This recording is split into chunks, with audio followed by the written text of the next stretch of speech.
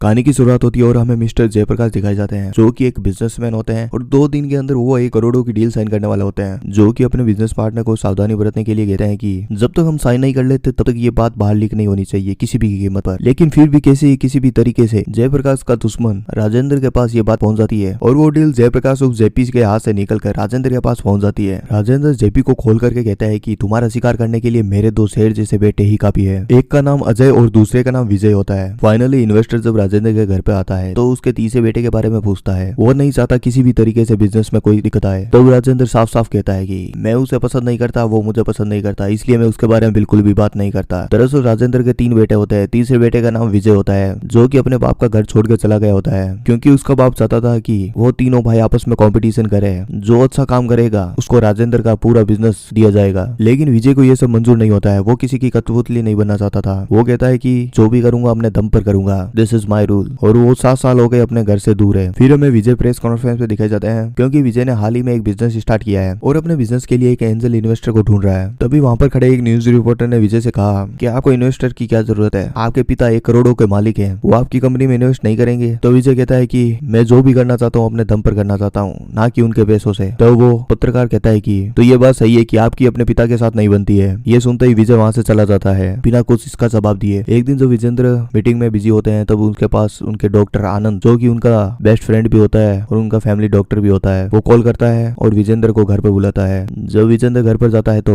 Doctor आनंद उन्हें बताता है कि उनको पैनक्रियाटिक कैंसर है, वो भी फुल स्टेज में। ये सुनते ही राजेंद्र के होश उड़ जाते हैं। उसको समझ नहीं आता है कि वो अब क्या करे। तो वो डॉक्टर को पूछता है कि मेरे पास कितना समय है। तो डॉक्टर कहता है कि तुम्हारे पास ज्यादा से ज्यादा 8 से 10 महीने ही बचे हैं। फिर क्या, वो डॉक्टर से वादा लेता है कि किसी भी मेंबर को ये बारे में पता नहीं चलना चाहिए, खासकर उसकी पत्नी सुधा को। उसकी पत्नी उससे पूछती है कि घर पर हम पूजा पाठ करना चाहते हैं, तुम्हारे 16 बर्थडे पर हम दोबारा शादी करेंगे। पहले तो राजेंद्र मना कर देता है। जब उसको पता चलता है कि अब उसके समय कम रहा है तो वो सुधा को वापस हाँ कह देता है। सुधा इसलिए यह करना चाहती थी क्योंकि इस बहाने उसका बेटा विजय 7 सालों के बाद घर आ सके। इसके बाद सुधा अपने बेटे विजय को कॉल करती है और उसको किसी भी तरह मना के वापस घर आने के लिए इंसिस्ट करती है। फाइनली विजय मान जाता है और अपने घर वापस आ जाता है। वो बस अपनी माँ की इच्छा पूरी करना चाहता था, इसलिए घर आता है। और जब ये पूजा पूरी होगी, सेलिब्रेशन के बाद वापस अपने घर चला जाएगा। विजय से घर पर आता है तो देखता है कि कोई भी उसे अब नहीं चाहता है, ना विजय किसी को चाहता है। वो अपने दोनों बड़े भाइयों को देकर मुंह घुमा लेता है। विजय अपने घर के नौकर कीचा से बात करता है। कीचा काफी ज्यादा फ्रैंक होता है बात करने में। वो विजय से कहता है कि तुम्हारा बाप जेलर है जो इस जेल के सभी कैदियों को कंट्रोल करता है। उसके बाद हम देखते हैं कि दोनों भाई जब एक मीटिंग के अंदर जाते हैं तब वहां पर अजय का अफेयर चल रहा होता है और उसकी लवर उसे कहती है कि तुम अब मुझसे शादी करो और अपनी पत्नी को छोड़ दो। लेकिन अजय उसे कहता है कि हमें थोड़ा टाइम दो, मैं सब ठीक कर दूंगा। जैसे ही कंपनी मेरे नाम होगी हम दोनों शादी कर लेंगे और मैं अपनी पत्नी आरती को डाइवोर्स दे दूंगा। वहीं पर उसका भाई खड़ा दूर से देखकर अजय ये सब नोटिस कर रहा होता है। तभी अजय के पास एक आदमी आता है और उसे कहता है कि तुमने मुझसे 400 करोड़ रुपए लिए थे अपने बिजनेस करने के लिए और वो तुम्हारे 400 करोड़ डूब गए। अब सारा इंटरेस्ट मिला के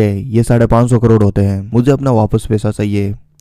अगर तुम नहीं दे सकते मैं तुम्हारे पापा को कॉल करके ये पैसा ले लूंगा, तुम टेंशन मत लो। लेकिन अजय उसे कहता है कि प्लीज ऐसा मत करो, मैं जैसे ही कंपनी का मालिक बनूंगा तुम्हारा सारा कर्जा तुम्हें वापस कर दूंगा। लेकिन वो कहता है कि अगर तुम ना बने तब क्या होगा। और यही बात जय को उसकी लवर कहती है कि अगर तुम कंपनी का मालिक नहीं बनोगे तो तुम क्या करोगे। फिर जय अपने भाई की कंपनी में जहाँ पर वो काम कर रहा होता है वहां पर कॉल करके कहता है कि हड़ताल रुकनी नहीं चाहिए। और इस तरह से हमें पता चलता है कि वो अपने भाई को नीचे गिराने के लिए उसकी कंपनी में उसके लोगों को पैसे देकर हड़ताल करा रहा है। ये सारा काम जय का होता है। वहीं दूसरी तरफ हम देखते हैं कि अजय से जो बंदा पैसे मांगने आया था, अजय उसे कहता है कि तुम ऐसा मत करना बिल्कुल भी, अगर मैं तुम्हें पैसों के बदले कुछ और दे दूं तो। वो चाहता है कि जो उसका भाई जय एक बिजनेस डील करने वाला होता है उसकी सारी डिटेल वो उस बंदे को दे देता है, पूरी बिजनेस डील को लीक कर देता है और वो टेंडर उस बंदे के पास चला जाता है और वो बंदा जेपी का होता है। तो फाइनली सारी डील जेपी के पास चली जाती है। जब ये बात राजेंद्र को पता चलती है तो वो अपने बेटों पर और पूरे बोर्ड मेंबर पर गुस्सा होता है कि तुम लोगों के अलावा किसी को यह बात पता नहीं थी। लेकिन वो कौन बंदा था जिसकी वजह से ये डील लीक हुई, मुझे ये अभी के अभी जानना है। लेकिन सभी बंदे चुप रहते हैं, कोई अपना मुंह नहीं खोलता। विजय से घर पर होता है तो देखता है कि उसकी भाभी आरती से एक खूबसूरत लड़की मिलने आई होती है। तो वो अपने नौकर कीचा से पूछता है कि ये लड़की है कौन। तब कीचा कहता है कि ये तुम्हारी भाभी की बहन है दिव्या। वो कहता है कि जब 2007 में तुम्हारे भाई के लिए जब लड़की देखने गए थे तो तुम्हें देखकर एक लड़की मुस्कुरा रही थी जो कि बार बार अपने नाक को पूछ रही थी क्योंकि उसकी नाक से तरल पदार्थ बह रहा था। वही बदसूरत से दिखने वाली लड़की आज एक आइटम बम की तरह लग रही है और विजय वहीं पर उस लड़की पर फिदा हो जाता जाता है। दरअसल 2007 में दिव्या को विजय बहुत पसंद था। दिव्या जब अपने भाभी से बात करती है तो हमें पता चलता है कि तुम अपने पति को छोड़ क्यों नहीं देती, लेकिन उसकी बहन आरती को ये सब पसंद नहीं होता है। वो चाहती थी कैसे भी तरीके से रिश्ता बना रहे। आरती ने यह अफवाह सुनी थी कि उसके पति का अफेयर चल रहा है। दिव्या की बात खत्म होती है, दिव्या नीचे आती है तो विजय उसे हेलो हाई करता है और कहता है कि मुझे पहचाना, तो दिव्या साफ मना कर देती है। दरअसल दिव्या पहचान तो जाती है लेकिन वह उसे भी अपने भाइयों की तरह ट्रीट करती है। वो सोचती है कि उसकी सोच भी उसके भाइयों के जैसी होगी, इसीलिए वो वहाँ से चली जाती है बिना कुछ उसे जवाब दिए। एक दिन जब अजय के बच्चों का बर्थडे मना रहे होते हैं तब वहाँ पर दिव्या भी होती है। वहाँ पर भी दिव्या अपनी बहन को समझा रही होती है कि तुम अपने पति को छोड़ दो, समाज का डर अपने मन में बता लो, क्या तुम इसी तरह से इस डर से अपनी जिंदगी खराब करना चाहती हो। तो वहीं से विजय गुजर रहा होता है तो विजय कहता है कि भाभी सही कहा, तुम्हें अपनी जिंदगी खराब नहीं करनी चाहिए और तुम्हें इससे छोड़ देना चाहिए, और ये कहकर वहाँ से चला जाता है। दिव्या इस बात से इंप्रेस हो जाती है और दिव्या उसके पास जाती है और विजय को कहती है कि क्या तुम सच में यही सोचते हो। तो विजय कहता है हाँ बिल्कुल मैं यही सोचता हूँ। तो दिव्या की राय विजय के बारे में थोड़ी चेंज होती है। वो समझ आती है कि यह बंदा अपने भाइयों की तरह नहीं है और इस तरह से उन दोनों में दोस्ती हो जाती है जो कि काफी ज्यादा गहरी चलती है। और दिव्या विजय से कहती है कि मुझे सब याद है 2007 में क्या हुआ था। और अगले ही दिन हम देखते हैं कि विजय की अखबार में फोटो छपी है, उसकी कंपनी यूनिकॉर्न बन गई है, 250 करोड़ से ज्यादा उसकी कंपनी को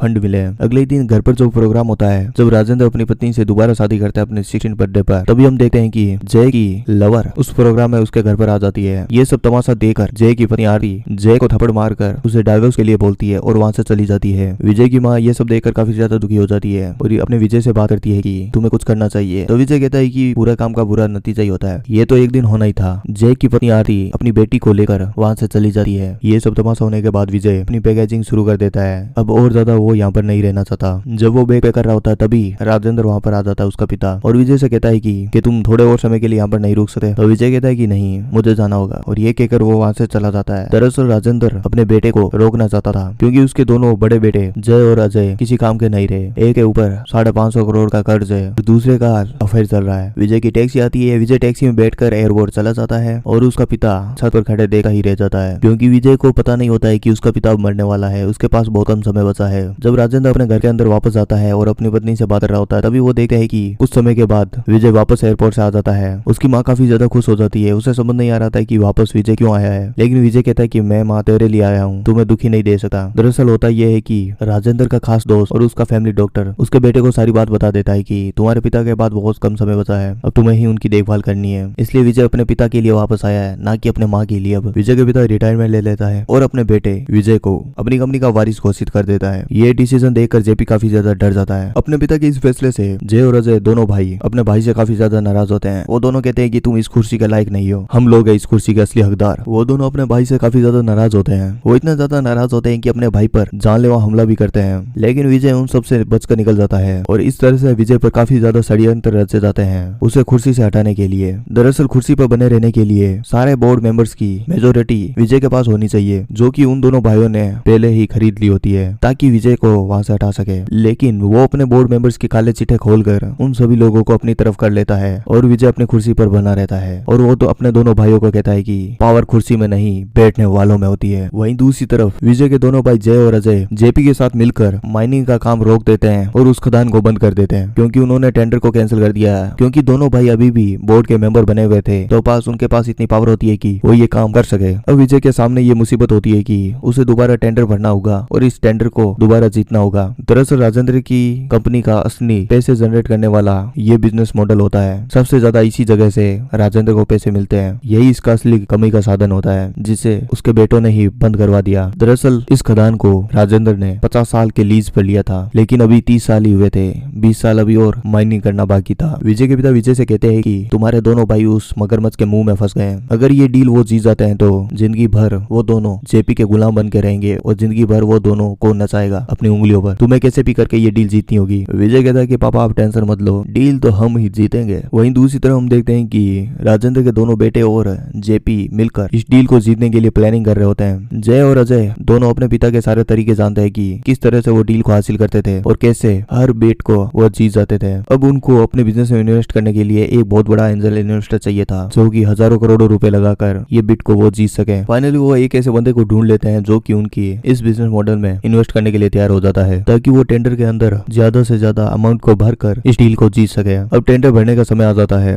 और उनका इन्वेस्टर थोड़ा लेट आता है तो वो दोनों काफी ज्यादा नर्वस हो जाते हैं। जेपी के समझ में ये नहीं आ रहा था कि वो इतना लेट क्यों कर रहा है। तभी फाइनली वो इन्वेस्टर आ जाता है। जब वो गाड़ी से उतरता है कि तो जेपी कहता है कि चलो जल्दी चलो, तो वो बंदा कहता है कि रुको बॉस को तो आने दो, और वो दरवाजा खोलता है कि तो सामने देखता है विजय उस गाड़ी से निकल रहा है। तो वो सभी लोग समझ जाते हैं कि वो अब इस डील को पहले ही हार चुके हैं क्योंकि उनके पास इतना अमाउंट है नहीं, और इस तरह से विजय कम पैसे डील करके इस टेंडर को हासिल कर लेता है। दरअसल ये वही बंदा बिलियनर होता है जो कि विजय की कंपनी में पहले भी इन्वेस्ट कर चुका होता है, जिसकी वजह से ये काफी ज्यादा करोड़ों रुपए कमा चुका होता है। इसलिए ये विजय का काफी बड़ा फैन होता है और वो कहता है कि बॉस आप हुक्म तो करो, आपके लिए कुछ भी कर सकते हैं। और इस तरह से सारा विजय प्लान बनाता है, उन गधों को फंसाता है और टेंडर को अपने पक्ष में कर लेता है और माइनिंग का काम फिर से स्टार्ट हो जाता है। तभी हम देखते हैं कि उसको उसकी भाभी आरती का कॉल आता है और आरती कहती है कि उसकी बेटी सुबह से लापता है। उसने कहा था वो अपने फ्रेंड के घर जाएगी, लेकिन वो अपने फ्रेंड के घर पर पहुंची ही नहीं। जब उसके फ्रेंड को पूछती है कि वो कहाँ गई होगी, तो वो कहती है कि मुझे नहीं पता, लेकिन उसकी लोकेशन ट्रेस करने के बाद पता चलता है कि वो एक अपने फेवरेट रेस्टोरेंट के अंदर गई थी। फाइनली उसी जगह पर लास्ट फोन स्विच ऑफ हुआ था। तो सीसीटीवी फुटेज देखते हैं तो पता चलता है कि उस गाड़ी का नंबर पता चलता है जिसके अंदर वो बैठी थी, और उस गाड़ी का पीछा करते हुए पता चलता है कि एक गैंग वाले इलाके के अंदर वो लड़की फंस गई है। ये पूरा ह्यूमन ट्रैफिकिंग का मामला लगता है। पुलिस वाले उसे बताते हैं, लेकिन उन्होंने कहा अगर पूरी पुलिस फोर्स यहाँ पर लेके गए तो वो लड़की को कहीं और शिफ्ट कर देंगे और इस तरह से हम कभी भी उस लड़की को ढूंढ नहीं पाएंगे, हमें कोई और तरीका ढूंढना होगा। तो विजय सीधे उस जगह पर जाता है और कहता है कि यहाँ पर एंथनी कौन है।